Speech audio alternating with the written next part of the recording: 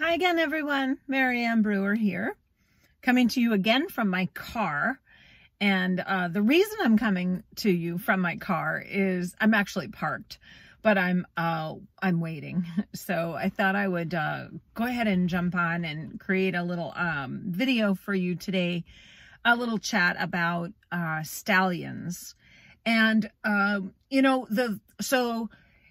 in this video, what I'm gonna share with you is my experience of owning a stallion, and literally the top 3 things that I think are the most important parts of actually owning a stallion and having him be a productive member of society.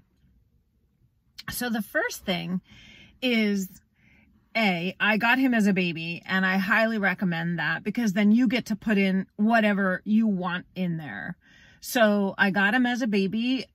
He was incorporated right into my herd right away until he was almost 2 years old. And then when he was 2 years old, I got a gelding. And so from the time he was 2 until almost 7, he was raised with the gelding. So the first most important thing I want to say is get your stallion young and make sure he is socialized. Make sure he knows how to be part of a herd. Make sure he understands his place. Make sure he understands what he can and cannot do with other horses.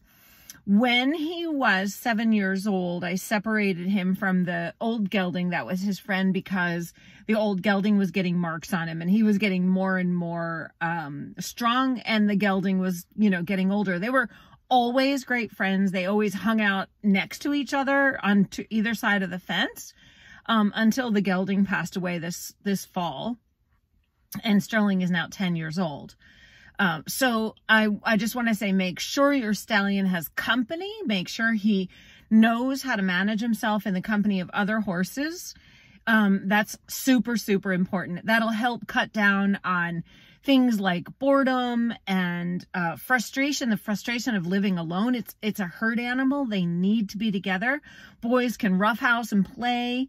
One of the criteria for my making sure that I got the right gelding was, does he like to play? Is he playful? Because that was super important to me, that my stallion actually had someone that he could be playful with. Okay, so that's the number 1 thing, is get them young and make sure you socialize them. The second thing is treat them like any other horse. Just treat them based on the merits, not based on anything you think about how you need to treat a stallion. I very luckily had the good fortune of when I just gotten my stallion, I was in a coaching program with someone who challenged me to never use a stick with him. And I couldn't even imagine having a stallion and 7 mares at the time and not having to use a stick or not using a stick. I thought I would die. But I took that challenge on from the time he was very young, and I learned a lot about me. I learned a lot about how much I used the stick, how much I relied on the stick, and how much I actually didn't need it. And so I encourage you to really examine, if you are wanting to be a stallion owner, I really encourage you to examine your horsemanship practices, because what I didn't want was to be all the time in a tit for tat or a back and forth or a adversarial relationship with my stallion. I actually thought that since I had 7 mares, I was probably a little more equipped than if I had only had geldings to actually have a productive member of society who was actually a stallion. So that's the second thing. The second thing I want to say is treat your stallion like any other horse. Just, good horsemanship is good horsemanship. Make sure you instill the values that are important to you in your herd. Make sure they understand exactly what's important to you. Like for me, when I'm speaking to my animals, I expect them to listen. That doesn't mean they have to say, yes, ma'am, and jump right to, answering yes. But it does mean that I need their attention. If I'm talking with them and I'm calling for their attention, I need to have their attention. I need them to say, what would you like? I need to be acknowledged. A lot of you know that I work extensively in equine assisted learning and psychotherapy. So one of the major things for me as a horse owner and as the equine specialist in the arena is that I want to make sure that I can quietly call any one of the horses that are in the arena and draw their attention. So I say call, but I don't necessarily mean with words, but somehow I can draw the attention of the horses in the arena without disturbing the human clients that are in the arena. Now, I'm not opposed to disturbing the human clients, but if I can somehow draw the attention of a horse and create a distant communication with them that is going to change a behavior, I might want to do that. And so I practice that with all my horses at home, and my stallion is no different. So if I'm speaking to them in the most subtle of behaviors, the most subtle of languages, I want a response. I expect there to be a response to what I'm saying. Like, I don't speak needlessly to them. I'm really conscious of not using my ropes in a way that is disruptive or disturbing. I try to keep things quiet. I try to keep things loose and light.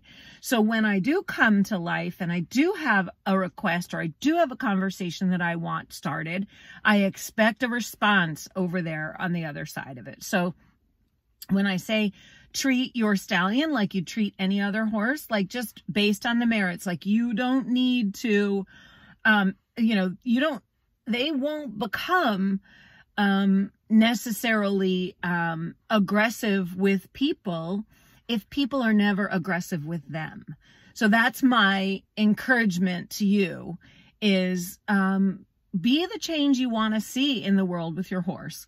Now, I also want to say is I don't have a lot of experience with stallions. The few that I have touched and played with have all been lovely. And not that they necessarily were quiet horses, or not that they necessarily were well trained or anything like that. But in my experience, when I show up in a calm and collected, present way and fully treat them like every other horse, they do exactly the same thing. Okay. So that's full disclaimer about my actual experience. And I actually have had my horse for 10 years. And I got him when he was a baby, and he's 10 this year. He'll be 11 in coming up in the spring. But the very last thing that I want to say is expose your stallion to a lot of things. Expose him to a lot of stimuli, a lot of ideas, a lot of other horses. Take him out to natural places and allow him to be a horse. Allow him to explore and be a horse, just like any other horse. I know it's part of treat him like any other horse, but exposure from the time he's young. Pony him alongside another horse so he gets to have an experience of being out on the trail and really enjoying life as a horse should. Take him into the woods, take him to the beach or wherever it is that you go.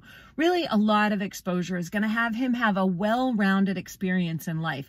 Putting him in one place and leaving him there and isolating him is going to cause him to be frustrated and bored and maybe get fat or have ill health problems or, just not be well and socially adjusted.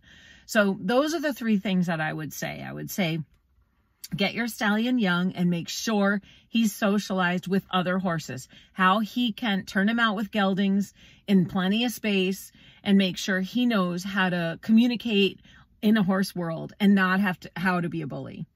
The other thing is treat him like any other horse. Make sure that the relationship that you have with this horse is one based in clarity and that you actually expect an answer, and it's not based in dominance or a hierarchy kind of situation.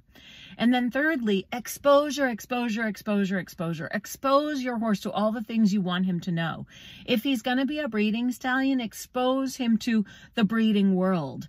It's said that if you're going to have a breeding stallion, you should breed him often. And that is so it'll teach him that this is what happens when we breed and this is what happens when we don't breed. But I don't have a breeding stallion, so I'm not going to speak to that. So if you have any questions and I can possibly answer them, I'm happy to do that. I'm definitely available for troubleshooting if you need some help troubleshooting and trying to figure out maybe a plan of action for you and your stallion, especially if he's young and for some reason you want to keep him as a stallion. Just reach out, mariannebrewer.com, and I'm happy to see you again. And so if you found this video to be at all helpful, like, subscribe to my YouTube channel, and share the video, comment. I would love to